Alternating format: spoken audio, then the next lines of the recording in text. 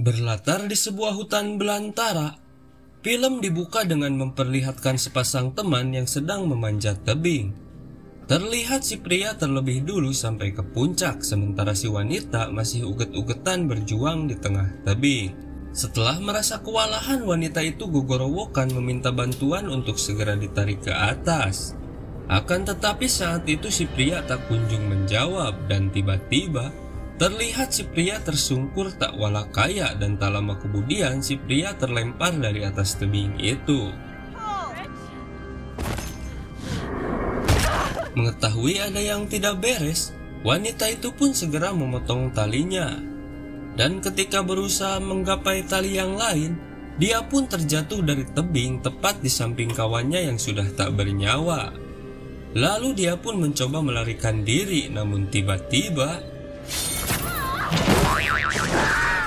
dan film pun dimulai. Di awal film kita diperkenalkan dengan seorang pria bernama Chris yang sedang terjebak macet. Lalu dia turun dari mobil untuk mencari tahu penyebab kemacetan tersebut. Saat itu Chris terlihat menghampiri supir truk untuk bertanya kepadanya. Setelah tahu penyebabnya, Chris pun memutuskan untuk putar balik dan mencari jalan lain karena saat itu dia sedang terburu-buru.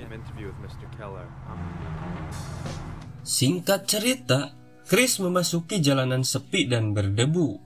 Di tengah perjalanan tersebut, dia berhenti di sebuah bengkel dan bertanya kepada bapak-bapak ompong pemilik bengkel itu.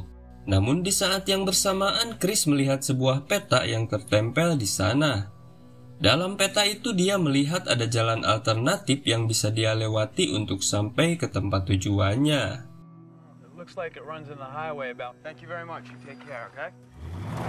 Tak lama kemudian, Chris pun pergi meninggalkan tempat itu dan mengikuti jalan yang ada di peta tadi.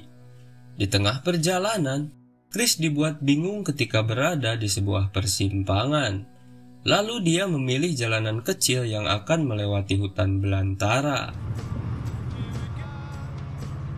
Ketika sedang menyetir, Chris terlihat malaweng karena melihat bangkai munding di pinggir jalan. Lalu tiba-tiba, dia menabrak mobil putih yang sedang terhenti dan mobilnya pun seketika hancur. Tak lama kemudian, Chris dihampiri 5 orang muda-mudi yang bernama Scott, Carly, Evan, Francie, dan Jesse. Ternyata mereka sedang kebingungan karena ban mobil mereka bocor akibat terkena kawat berduri.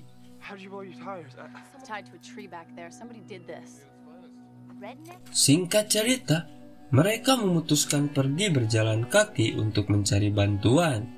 Akan tetapi, Evan dan kekasihnya Francie lebih memilih tinggal di sana dengan alasan untuk menjaga mobilnya.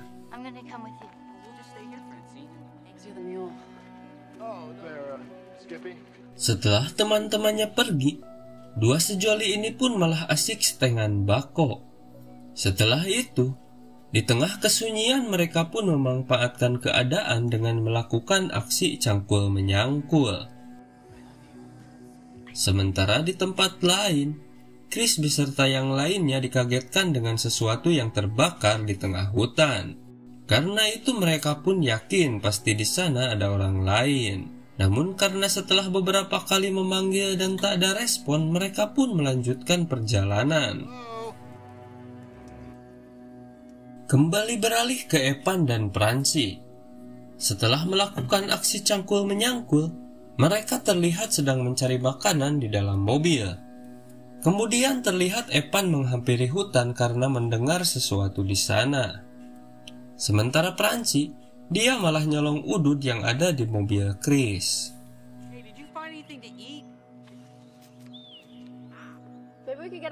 Tak lama kemudian, Francie heran karena Evan tiba-tiba menghilang. Kemudian dia masuk ke arah hutan untuk mencarinya.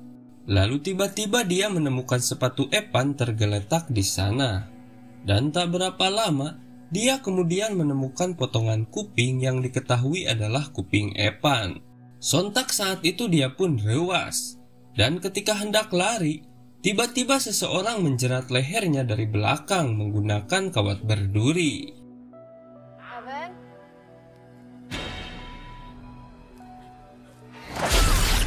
Beralih kepada Chris dan yang lainnya. Setelah beristirahat sebentar, mereka kembali melanjutkan perjalanan.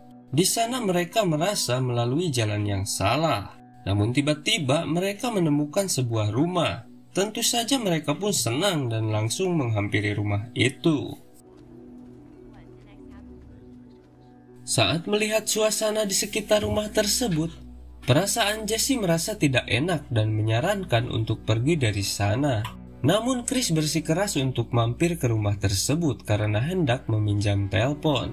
Karena rumah yang nampak sepi, mereka pun akhirnya memutuskan untuk masuk.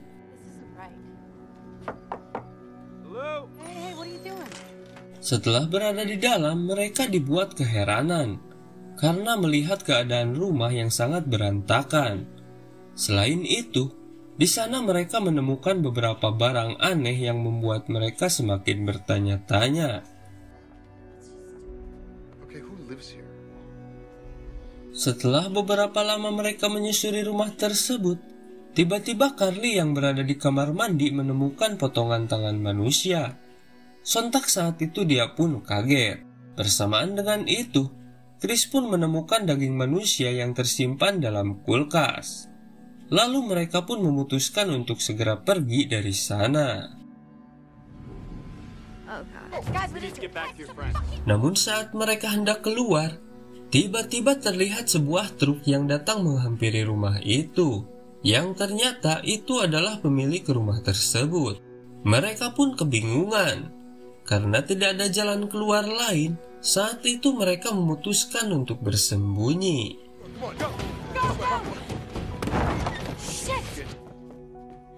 Tak berapa lama pemilik rumah itu pun masuk. Dan ternyata pemilik rumah tersebut adalah komplotan psikopat budug yang telah menghabisi Evan dan Francie tadi. Chris dan Jesse yang bersembunyi di bawah tempat tidur pun dibuat kaget saat para psikopat itu menjatuhkan jasad Francie tepat di hadapan mereka. Dan tak lama kemudian, para psikopat itu memindahkan jasad Francie ke meja jagal. Beberapa waktu kemudian terlihat para psikopat itu tertidur pulas. Chris dan yang lainnya pun tentu tidak menyia-nyiakan kesempatan itu. Dengan mengendap-endap, satu persatu mereka keluar dari rumah tersebut. Namun sialnya, saat Chris hendak lari, salah satu psikopat itu terbangun dan langsung mengejar mereka.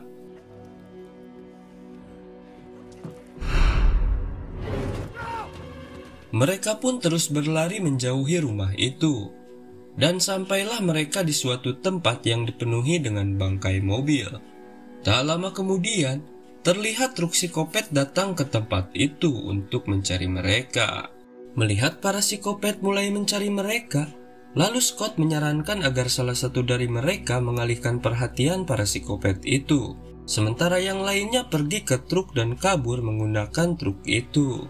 Tanpa basa-basi, Chris pun berlari untuk mengalihkan perhatian psikopat. Namun sialnya, kakinya harus tertembak dan terlihat para psikopat itu hendak menghampirinya. Namun kemudian Scott berlari ke arah yang berlawanan agar para psikopat itu tidak jadi menghampiri Chris. Dan benar saja, para psikopat berbalik arah lalu mengejar Scott. Jesse dan Carly kemudian menghampiri Chris yang terluka dan segera membawanya ke truk. Saat membuka pintu truk itu, mereka dikagetkan dengan jasad Evan yang jatuh dari dalam truk. Namun tanpa membuang waktu, mereka pun segera pergi menggunakan truk tersebut. Bersamaan dengan itu, terlihat Scott yang terus berlari sekencang-kencangnya. Tak lama kemudian Scott melihat truk yang dibawa teman-temannya dan truk itu pun berhenti menunggunya. Namun sialnya, ketika dia hendak mendekati truk itu, psikopat memanahnya dari kejauhan. Dan dia pun meninggal saat itu juga. Melihat kekasihnya meninggal, Carly pun bersedih. Namun mereka terpaksa harus segera pergi dari sana. Ketika mereka mulai menjauh dari tempat itu, tiba-tiba jalan yang akan mereka lalui tertutup pohon yang tumbang dan truk itu malah terjebak dalam lumpur. Mereka pun memutuskan untuk turun dan memilih jalan kaki untuk segera keluar dari hutan. Singkat cerita, saat itu mereka bertiga telah berjalan jauh menyusuri hutan, namun tidak kunjung menemukan jalan keluar. Lalu mereka pun memutuskan untuk beristirahat sebentar. Karena saat itu Chris yang terluka merasa sangat lelah. Lalu tiba-tiba, Carly melihat sebuah menara di dekat mereka. Tanpa pikir panjang mereka pun menaiki menara tersebut untuk mencari sesuatu yang mungkin mereka butuhkan.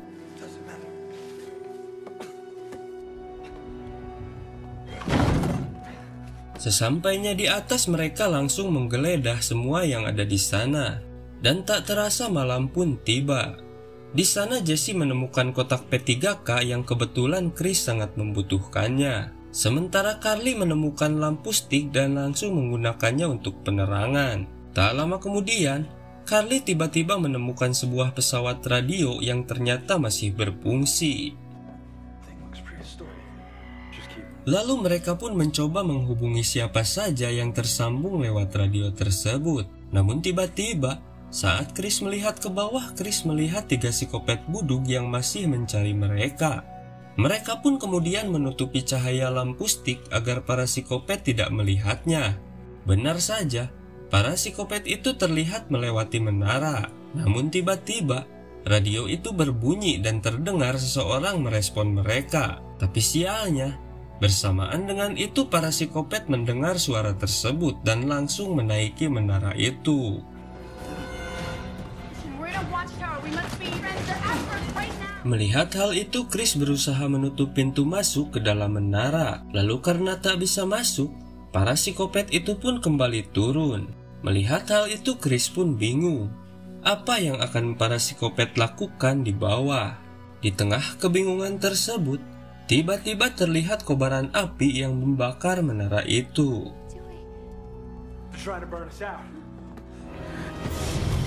Tak mau mati terpanggang, Chris pun berpikir cepat. Dia memutuskan untuk melompat ke dahan pohon yang kebetulan jaraknya tak terlalu jauh dari menara. Lalu satu persatu mereka melompat dari sana dan mereka pun berhasil menggapai dahan pohon tersebut. Tapi sayangnya, para psikopat mengetahui keberadaan mereka. Lalu salah satu dari psikopat itu pun naik ke atas pohon tersebut. Setelah itu, Chris dan Jesse berjalan di dahan pohon besar dan berpindah ke pohon lainnya. Namun malang nasib Carly. Dia yang belum sempat menyeberang akhirnya tewas terpenggal oleh salah satu psikopat yang berhasil naik ke sana. Chris dan Jesse pun terus menyeberangi dahan pohon untuk menjauhi psikopat itu. Lalu tiba-tiba mereka mempunyai ide cemerlang. Jesse saat itu memancing psikopat agar menghampirinya. Sementara di sisi lain, Chris memegang dahan pohon untuk dipentalkan ke psikopat itu.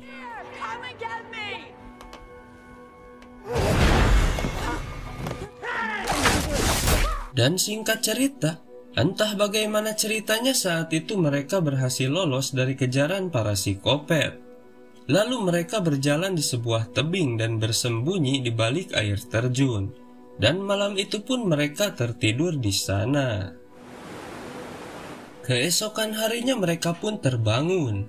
Lalu mereka pergi dari sana untuk kembali mencari jalan keluar. Tak lama kemudian, saat itu mereka melihat jalan di bawah tebing. Namun karena tebing itu cukup curam, mereka pun mencari cara untuk bisa turun ke sana. Namun tiba-tiba, sebuah kapak psikopat melayang dan menancap di pohon samping mereka. Lalu terlihat psikopat menyerang Chris dan membuat Chris digurusuk ke bawah tebing. Sementara Jesse berhasil ditangkap oleh psikopat lainnya. Bersamaan dengan itu, terlihat sebuah mobil polisi yang akan melintas di jalan itu. Chris pun bergegas turun untuk menghentikan mobil tersebut. Jesse! Akhirnya Chris berhasil menghentikan mobil itu. Dan ternyata polisi itu adalah orang yang menerima laporan dari radio malam tadi. Lalu Chris pun membicarakan semuanya. Namun tiba-tiba sebuah anak panah menembus mata polisi itu dan seketika polisi itu pun ambruk. Melihat psikopat yang akan menghampirinya, Chris pun segera bersembunyi. Singkat cerita, psikopat itu kemudian memasukkan jasad Pak Polisi ke dalam mobil dan membawa mobil tersebut. Bersamaan dengan itu, Chris pun menyelinap dan ngagulantung di bawah mobil. Beralih ke rumah psikopat. Di sana terlihat Jesse yang dalam keadaan terikat. Saat itu dia dijaga oleh salah satu psikopat yang tadi menangkapnya. Lalu tak lama kemudian, datanglah psikopat lainnya yang mengendarai mobil polisi tadi. Lalu psikopat tersebut membawa jasad Pak Polisi masuk. Bersamaan dengan itu, Chris pun keluar dari bawah mobil. Tak lama kemudian, kedua psikopat itu langsung membawa jasad Pak Polisi ke tempat penjagalan. Dan tanpa basa-basi, mereka langsung memenggal kepala polisi tersebut. Lalu mereka beralih ke Jesse. Sekarang giliran Jesse yang akan mereka eksekusi. Namun tiba-tiba, para psikopat itu dikejutkan dengan kobaran api di pintu rumahnya. Ketika salah satu psikopat mendekati pintu, Chris datang dengan menabrakkan mobil polisi ke rumah itu dan psikopat itu pun tertabrak. Kemudian Chris pun turun dan melemparkan bom molotov ke arah psikopat lainnya dan berhasil membakar sebagian tubuh psikopat itu. Melihat psikopat sedang kepanasan, Chris pun langsung menghajar psikopat hingga ambruk. Setelah itu dia bergegas menghampiri Jesse dan membuka ikatannya. Namun ketika baru membuka satu ikatan tangan Jesse, tiba-tiba psikopat yang terbakar tadi bangkit dan menyerang Chris. Saat itu Chris berusaha menghindar dari serangan psikopat itu. Namun ketika Chris sudah terpojok, saat itu Jesse berhasil bebas dan langsung memanah psikopat itu. Lalu tiba-tiba, Chris dan Jesse dikejutkan oleh kedatangan psikopat begang yang malam tadi jatuh dari pohon.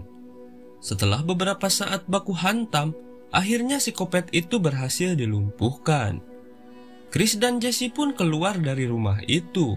Lalu, Chris menembak tank bensin mobil Pak Polisi. Mobil itu pun meledak dan seketika membakar rumah itu. Come on, just die. Singkat cerita mereka pun keluar dari hutan menggunakan truk milik psikopat.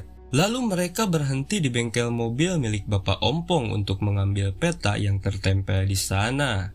Bapak Ompong pun dibuat heran. Mungkin dalam hatinya dia berkata, kok mereka bisa selamat ya?